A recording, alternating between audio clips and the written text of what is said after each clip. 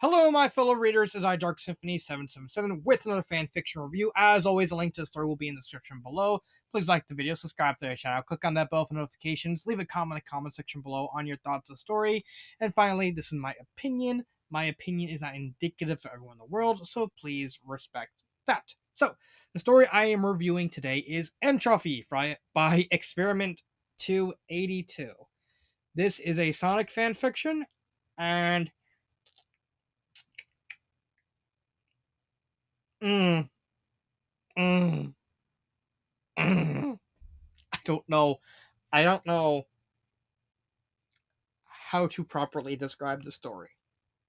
I really don't, because it's such a convoluted, confusing mess of a story. And I don't, and it's kind of yeah, it's the main problem with the story is it's just confusing and convoluted and doesn't make sense half the time, and also inconsistent.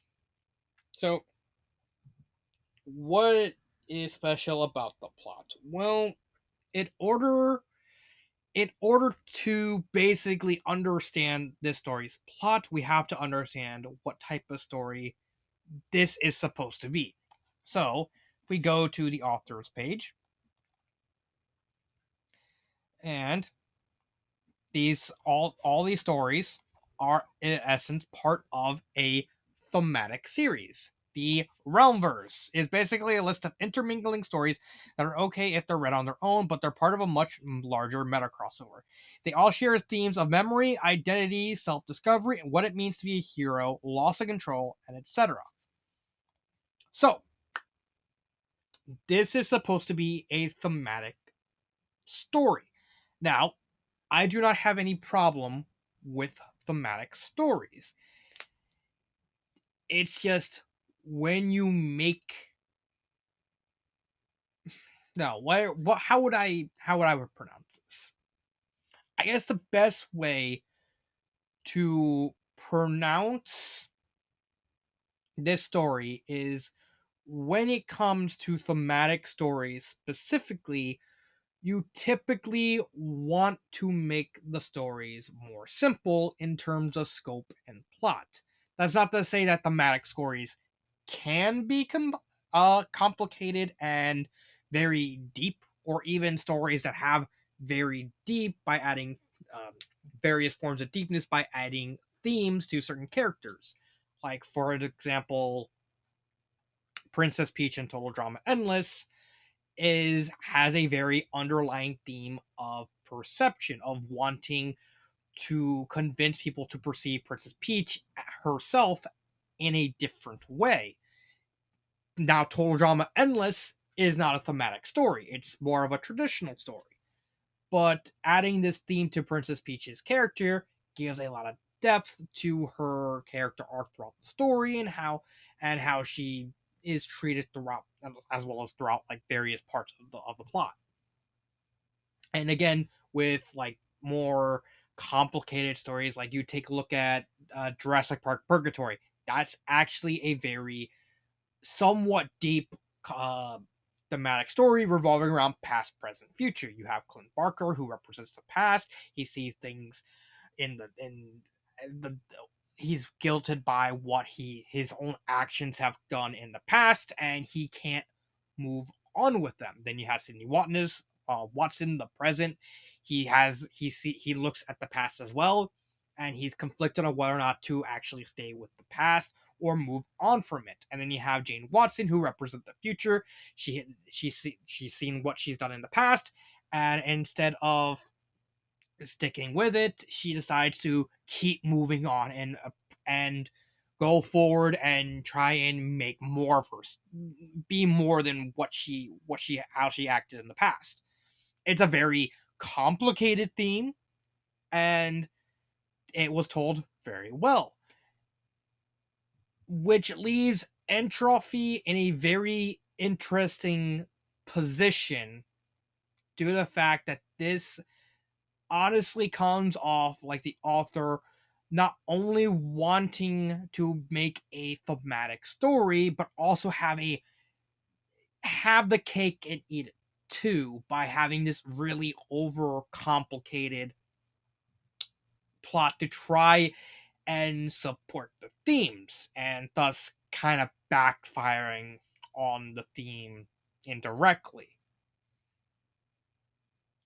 Basically, when it comes to thematic stories, you do not want to overcomplicate things, because if you do, you risk undermining the themes that you're trying to tell, which is the main reason why thematic stories tend to be more simplistic in scope and plot, because you're supposed to tell the story through the themes. By overcomplicating things, you risk overcomplicating the theme and you risk ruining it. Again, there are there are there are examples of a thematic story being very complicated and done well. But Entropy is very much a story that's not done well. So now that I said that piece, because honestly I needed to explain the thematic things to kind of explain why this story failed. What is the plot? I think the best place to start with the plot is actually describe the opening part of the story. This little group of stories right around here that ends with here. So what happens is Sonic is in a dream. Granted, Sonic doesn't know it's in a dream. Sonic is running across an empty plain. He's enjoying life. He's enjoying the freedom, and he passes by Amy. He decides to walk up to Amy because he's kind of curious, and Amy starts, you know, wandering around the flower field and asks Amy asks Sonic, "Do you like the color red?" This phrase actually pops up throughout the entire story. It's more or less like the story's catchphrase sort of deal. And Sonic is completely confused because, like, did I promise something with you? Or I don't really remember. And then Amy's kind of going off in her own little world. Um, she kind of starts doing a little poem. Sonic gets confused for a second, and then he turns away, and when he turns back, Amy disappears.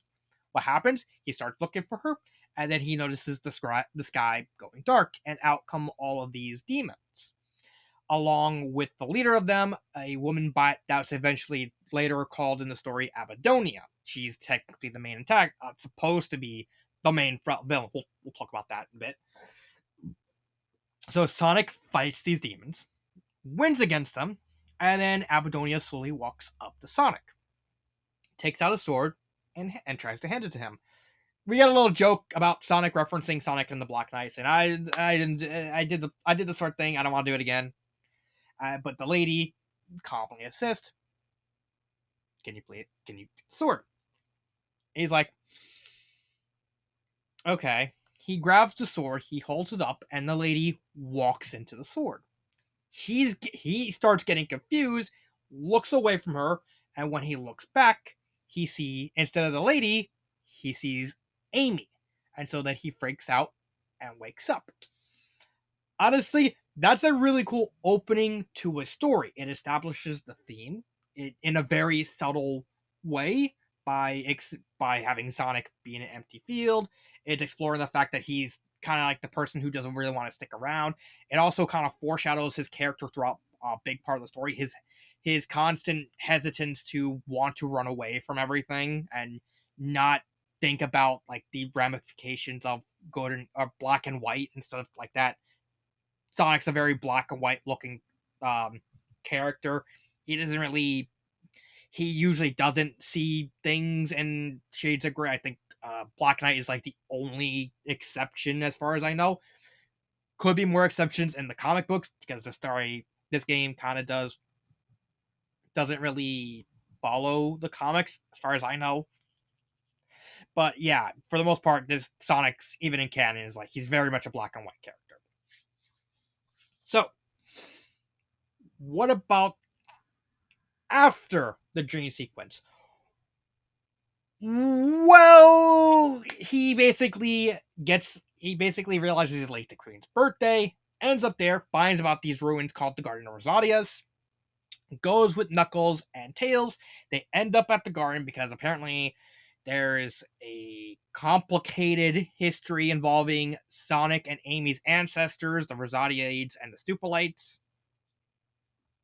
They find out that Eggman's there. Sonic, Tails, and Knuckles, they get separated. Somehow, Sonic starts talking to a woman by the name of Shizaru, who's basically a ghost of a Rosario aide that kind of saw this future happening because she had the power of clairvoyance. And then it just starts getting massively convoluted, where he meets these groups called the Femme Fatalics, who are actually, spoiler alert, they're Amy. It's actually Amy Rose, Vanilla Rabbit, and Shady Echidna in like latex gear that work for Gun. They start to plan about everything involving Amy's grandmother, demons invading the world, Abadonia. Basically, Abadonia's whole shtick in this story is she basically gifted these relics to all these ancient societies like the Rosario Aids, the Stupolites. They kind of joined into one. She gave one to the ancient echidnas with like the Master Emerald, and she was basically promised, "I give you all these relics, but in return, when I come back, you gift me Earth." Basically, she was promised the literal world in exchange for these relics, and when she came to actually cash in that promise, they basically rebelled. They basically said, "No, we want the world safe," and basically trapped her. But it didn't really stick. So we have now a very convoluted situation where Sonic is constantly going through like the dream world and the real world constantly, and he actually doesn't really know what's going on. Trust me, I don't know what's going on either. He's meeting like all these. He's kind of running around with the other members of the Fatalics. He Tails dies. Knuckles just completely gets drunk off Sass and then has sex with Rouge. That's like way later in the story. Vanilla and Vector get married. Um, Eggman has like fail safes and he gets arrested, and then Princess Elise is there, and it turns out Elise is like Eggman's daughter in this story, and he basically just tells her it's like, "I'm your daughter," and then she goes mad with power and kind of goes insane when she loses her arm and her legs. Which, all right, fair point. Losing your arm and legs would like completely drive someone insane. And then there's also Night shows up, uh, and everything in the plot throughout the rest of the story. Like there's so many moving parts because not only the story has to focus on Sonic, it has to focus on Amy, because the entire first half focuses exclusively on Sonic, but then for the second half of the story, it focuses pretty exclusively on Amy. There is all the backstory involving the Rosario aides. There's backstory of Adonia. There's all the stuff going on with Eggman, with Elise, with Knuckles, with Tails, with Knights, with Gun, with War, with Shadow, with the Ark, because Maria's somehow still alive, but she's an AI. With Vector and Vanilla, with this weird Metal Gear-esque persona named Morpheus, who just shows up out of nowhere and he's just, "I'm evil." Um, the Femme Fatalics, Amy's family, Amy's like. There's so many moving parts that half the time I couldn't even tell if this was a thematic story because I couldn't even make sense of anything. You can make the argument that this technically is following the theme, the whole loss of control thing, like, but that's a little too meta if you're going that route. Like, there's a fine line between losing control of a character, losing control, and then going so far meta that you make the story just overly convoluted and inconsistent to kind of show that loss of control when you can easily just do it without going meta. It kind of it, it just gets so needless, and there's so much padding. Like there's so much padding in the plot. It's just so needless. Like, okay, for example, the whole thing involving Morpheus. Why is that there? Like, because Morpheus just shows up randomly. Uh, Basically, the first thing he does is later tell Sonic, "Oh, you played Super Mario Sunshine," reference to Psycho Mantis from Metal Gear. Beats like kind of tests Sonic, and then he basically is implied to mentally touch torture Sonic, and he gets off on that. And there's even a part in the story where like he actually touches himself to torturing. It's a. I am just confused. Like, why does Morpheus have to be here? Why does anything involving Morpheus is just so irrelevant to the grand scheme of things? Because the whole point of the central plot is trying to stop Abadonia from coming out, but then you're trying to incorporate this random hedgehog like over halfway to the story that has no bearing on the plot whatsoever to basically justify switching point of views to Amy. And this part actually happens throughout the entire story. Instead of just loosely explaining or like having a better way of explaining why like for example with Agent Mjolnir, like, oh, Agent Mjolnir is here, but not Amy. The author goes through this overly complex and convoluted situation of actually showing Amy actually giving an excuse for why she's gone and why Mjolnir is there. It's like, oh, you have a big thing where like Amy and Sonic start arguing because Amy reveals that she's dating Shadow and she doesn't want to talk to him. But then the next chapter is like, well, Amy doesn't want to talk to you. So, oh, but Agent Mjolnir's there. But the author makes it so blindingly obvious that Agent Mjolnir is Amy, and that's what this ultimately causes. It causes a really badly handled feedback loop. Like you're trying to. The whole point of the Femme Fatalities is to build the fact that, oh, it's these rather innocuous characters. Like Mjolnir is Amy, but you make it so. But it's so blindingly obvious that it's Amy Rose. Like when we're introduced to Agent Mjolnir, what's the first thing she do? She starts calling out Sonic, reveals the fact that she has a gigantic hammer, and seems to have anger issues. It's almost like there is an exact character that hangs out with Sonic, has a hammer, and has anger issues. I I wonder what Sonic character matches that. Yeah, it's better handled with Vanilla and Shade, mainly because Shade is not even mentioned until like way late into the story, and Vanilla as Agent Bazooka acts very vastly different from Vanilla, but it's still so blindingly obvious because you even go even worse for explaining why Bazooka is like, oh, Vanilla is gone. Oh, but we can't contact Agent Bazooka because she's somewhere. Like, I wonder why. Like, there are much better. There are stories out there that play this trope better. Like, for example, games we play. FIM. Like, I have to pull this story out.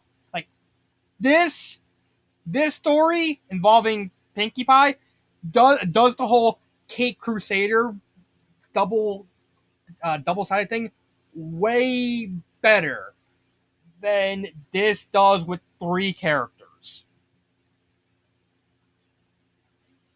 Also, ignore that. I was watching that. And then the coup de grace of the plot is it's so massively inconsistent. So, okay, for example, I actually, where is it? I think it's this chapter, right? I don't think it's this chapter. I think it's this chapter. No, no, it is. It has okay. So it has to be. It's chapter 2. So this is actually when Sonic is meeting up with Mjolnir for the first time. They have Sonic, Tails, and Knuckles. They have to go through a series of trials because they're trying to find what Eggman is looking for. And so they come across these 3 trials where, in order to progress through each trial, you have to actually lose a sense. So you either lose sight, hearing, or you lose the ability to speak. Basically, the 3 monkeys of evil. Hear no evil, see no evil, speak no evil. Sonic chooses to lose his eyesight, and so he travels down. He finds out that Scratch and Grounder, because I don't know why they're here, are in this area too, and they look and their senses are gone. So Sonic, Scratch, and Grounder can't see each other. They ask Sonic for help. Sonic mentally deduces, okay, I think it's the best situation to have them help me progress because they can journey together, and they can help each other out. As long as as long as they don't find out it's Sonic. What happens when they meet Agent Mjolnir? And Agent Mjolnir tells Sonic that there is a long stretch of darkness. You're going to hear everything. You have to ignore all that and keep going straight. You have to ignore that. She then turns to Scratch and Grounder and said Sonic will go out front. So all the stuff Sonic does about wanting to hide his identity to Scratch and Grounder is now completely gone. And I can even show you. Like I have to. It's in this chapter. So it's farther down. No.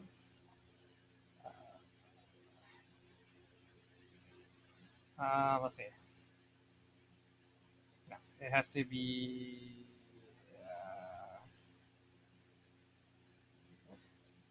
Somewhere down here. Oh, here it is. This is. Let's see. Where is somewhere around here?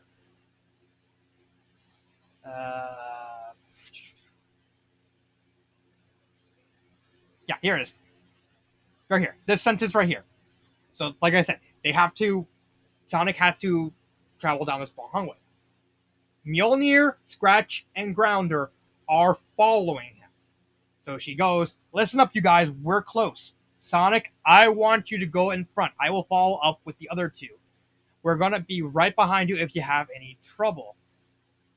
She said that out loud to Scratch and Grounder, and they heard it. And Scratch and Grounder didn't react, and then later in the story, when they get their eyesight back, they are completely surprised, like, Sonic the Hedgehog! Ah!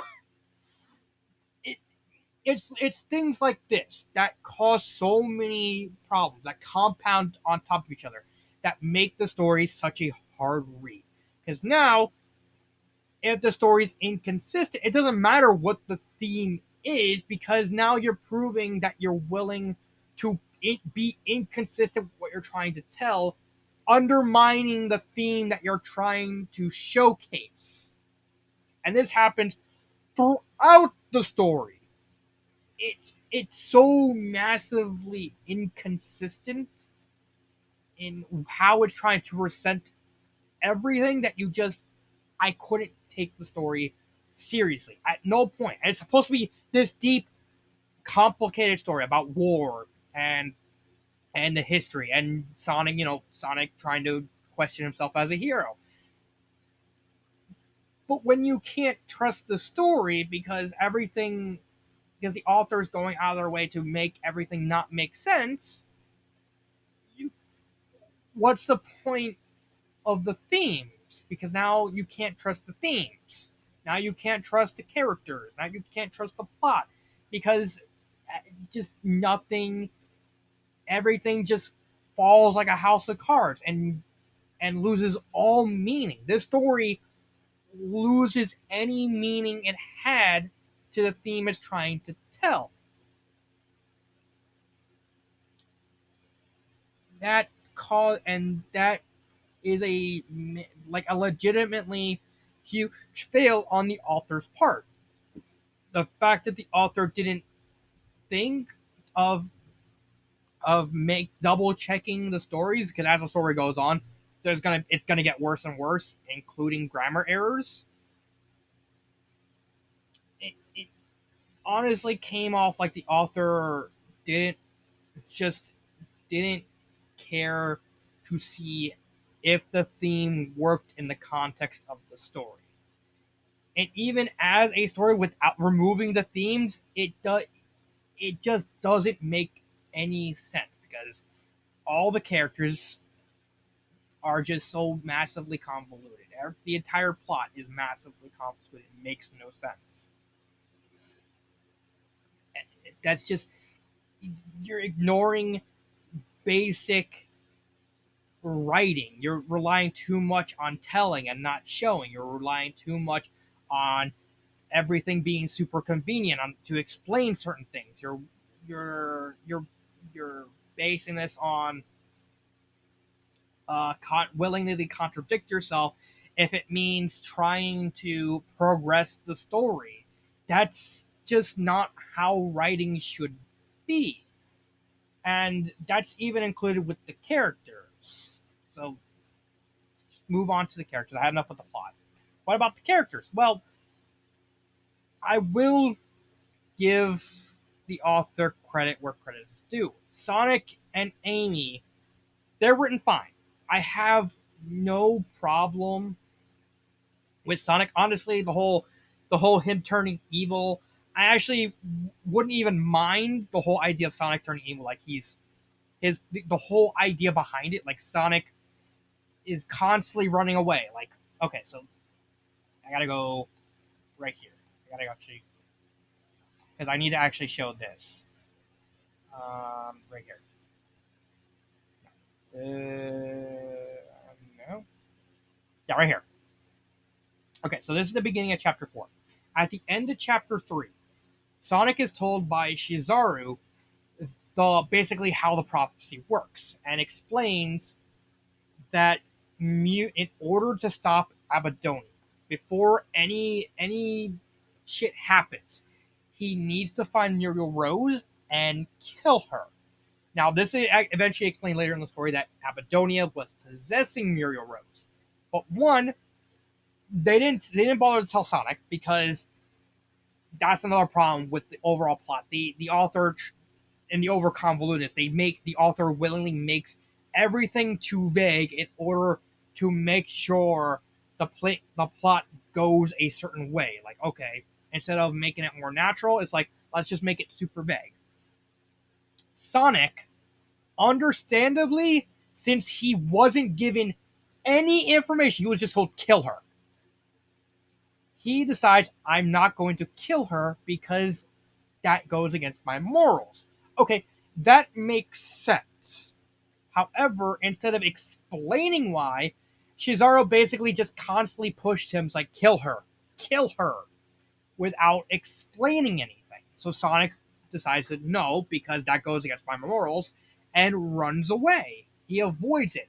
And then when it's eventually revealed that Muriel is possessed, he actually has something of a crisis of confidence because he realizes that his own hesitance and his own sticking to his morals made everything worse. That could actually be very well done storytelling. If one, Shizaru told Sonic that Muriel, how it, even if you had to be somewhat vague, you could easily just so Muriel is working for Abadonia.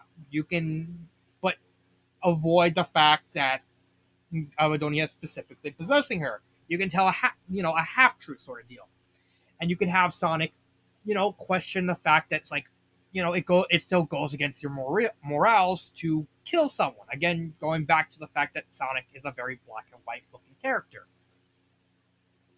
and he starts to question himself like, is it the right thing to kill Muriel, even though she, killing her may save the world, but what would it mean for his conscience? The fact that he had to take that step, that would have been compelling writing. That honestly would have been incredibly compelling. And seeing, him, realize the fact that he did the wrong thing, for despite the fact it helped him, it made him feel better, more in a morale sense. Him slowly breaking down, and questioning his worth as a hero, and kind of going off that slippery slope, that would have been for compelling writing. What actually happens in this story is, it starts that way, but everything's so vague that Sonic goes back in time to try and stop Mephiles from killing Cream and Vanilla's ancestors, which is his ancient medieval rabbit. He basically Mephiles basically acts as a supervisor to the sick king, whispers sweet nothings in his ear. Sonic basically stops that, grabs the box of wishes, one of the items that Abadonia wants, and wishes for all the people that Mephiles killed to revive, which absorbs Mephiles into the box. The king wakes up, he realizes he's okay, and then all of a sudden he dies again. And I'm just completely confused, like, okay, what's going on? So Sonic, with the box holding his hand, it starts shaking. He opens it, a black cloud surrounds him. He wakes up sometime later, and Morpheus is talking to him. And Morpheus basically says, don't turn around." And he explains kind of the situation of his motives. Basically, he has a grudge against Gun, which again vaguely defined. And then once he finishes explaining it, he basically says, "Okay, Sonic, you can turn around." Sonic turns around and finds out he murdered the entire kingdom. When he took the cloud in his mind, his arm turns into a sword, and he basically just committed genocide. And Sonic breaks from that. And then eventually, when the story is focusing on Amy finds out that Sonic is still good. So you went through all this trouble to make Sonic go off of that cliff, basically go way past that line, turns completely corrupt, like not even corrupt, just mentally scarred and broken. It even went the extra mile to show that, to make it stick, Morpheus literally tortured Sonic for what's implied to be years, because Morpheus has like time manipulation shenanigans or something like that, and turned Sonic into an eldritch abomination. And then when Amy catches up with him, he's like, "I want to protect you. I gotta protect Amy." So it's like, you went through all that work and you didn't fully commit. Huh? What? See, that's the thing. Inconsistencies. It all piles up. And it's just, Sonic's character would have been fine. Like, evil Sonic. Okay, Sonic, questioning his morale. That would have been fine. That I would have had no problem with a story like this.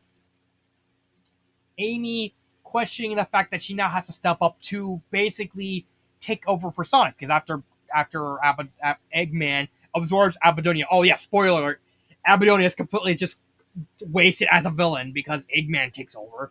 Yeah, I know the story makes it clear that Abadonia is possessing Eggman, but it's still just a punk ass bitch to go. With Amy, okay, so go back with Amy.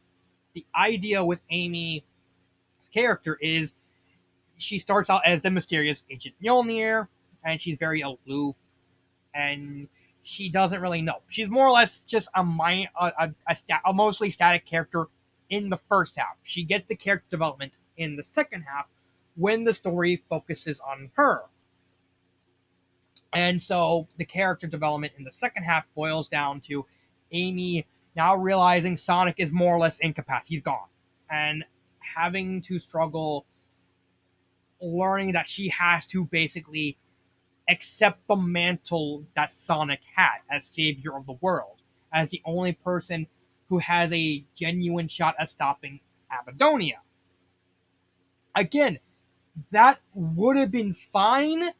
The problem is not only this character arc takes place in the second half, so you have to get through chapter 1 to around chapter 15, 16, that's when it starts focusing on Amy.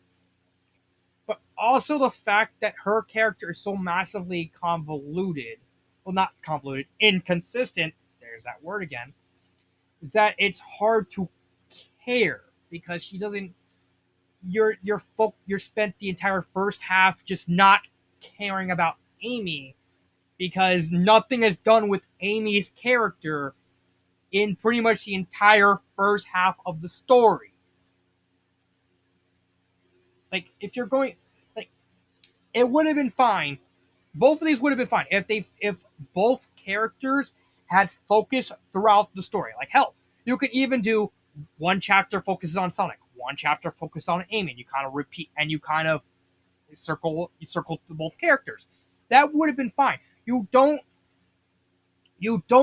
deliberately make a side character the main character more than halfway through the story, because there's 28 chapters and the story kind of starts at the halfway point is around chapter 15. So yeah, halfway, and then expect us to immediately get behind the character when the reveal that Agent Mjolnir is Amy until chapter 23.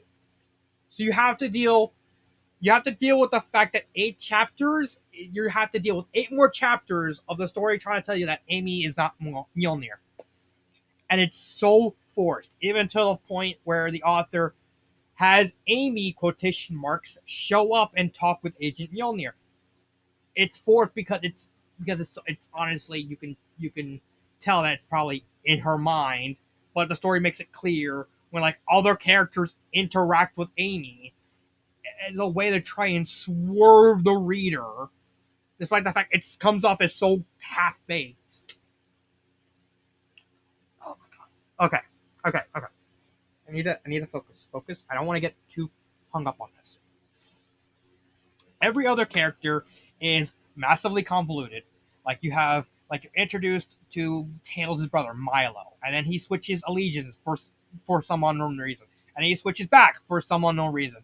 And like half of the characters are part of something called Project Lucid, which makes no sense and never even explained besides it exists. Then you had Amy dating Shadow, which is a massive convoluted mess because that whole thing is basically just Amy wanting to date Sonic Shadow because she realized that Sonic she probably won't get to date Sonic, and then eventually in chapter 23 it's revealed that no, it wasn't that she moved on, it was because she was forcibly drugged by her slut of a mother to basically forcibly make her get over Sonic, which makes no sense whatsoever because now you're just retconning the entire point of Amy dating Shadow in the first place. Huh? And like Eggman doesn't make sense. At least doesn't make a lot of sense. The fact that Eggman revives Scratch and Grounder and Deco and Boko and Orbot and Cubot, and they're like the idiots, and he doesn't trust, and they're idiots. It's just I don't know why. I don't know why.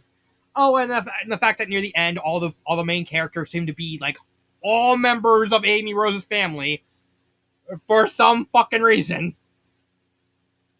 It's just Oh, and Tails becomes God.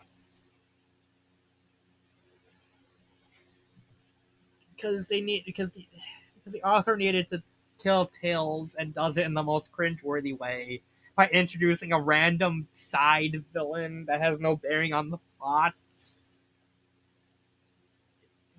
Even then, the author doesn't do anything with Tails. It's just why? Why? Okay. Okay. Grammar. Now, it starts out well enough, but then you notice something weird. There's point like there's points in right here where they're not double spaced.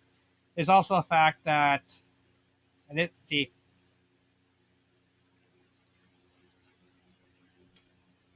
this happened, so you can literally just tell it's format. There's times where the formatting at least is fine, and then when it gets to dialogue, it goes pear shaped. It just makes no sense. Pacing wise, that's another inconsistent.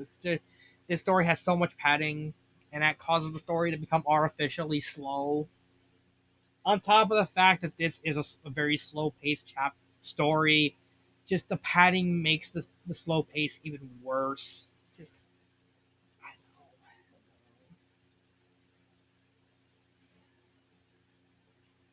don't know. Oh, I can't. I just can't. Would I recommend this story? No, I can't. I can't in good. I cannot. I can't in good faith recommend this story. It's just there's so much wrong with it. Favorite part? Ah,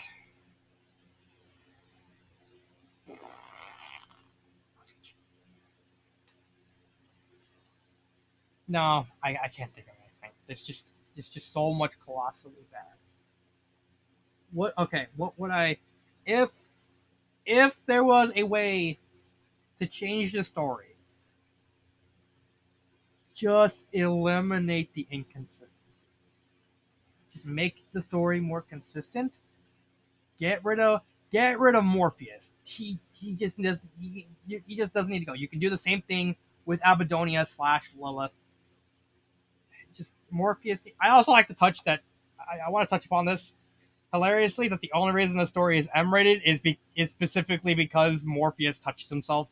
Like the story makes it very clear. Like literally, point blank tells you, "Oh yeah, he's masturbating to Sonic torture." Like, it's kind of hilarious. Not even for like the torture, no, specifically because of the masturbation. But going back to fixing this, get rid of Morpheus, make the story in actually consistent. Get rid of all the padding and make and have Sonic and Amy be the focus conjectively throughout the entire story. Like do chapter one Sonic, chapter two Amy, and then repeat. Because then you have more time to care about Amy and to care about Sonic. You can do all that. Just at the very least, fix the consistencies. Make it less convoluted. I'd take that. So that is Entropy, and I hope I never. The story is just as bad as Forged Destiny, and that's a low bar. So yeah, that is. I will see you next time. This has been Dark Symphony 777. Please just kill me. And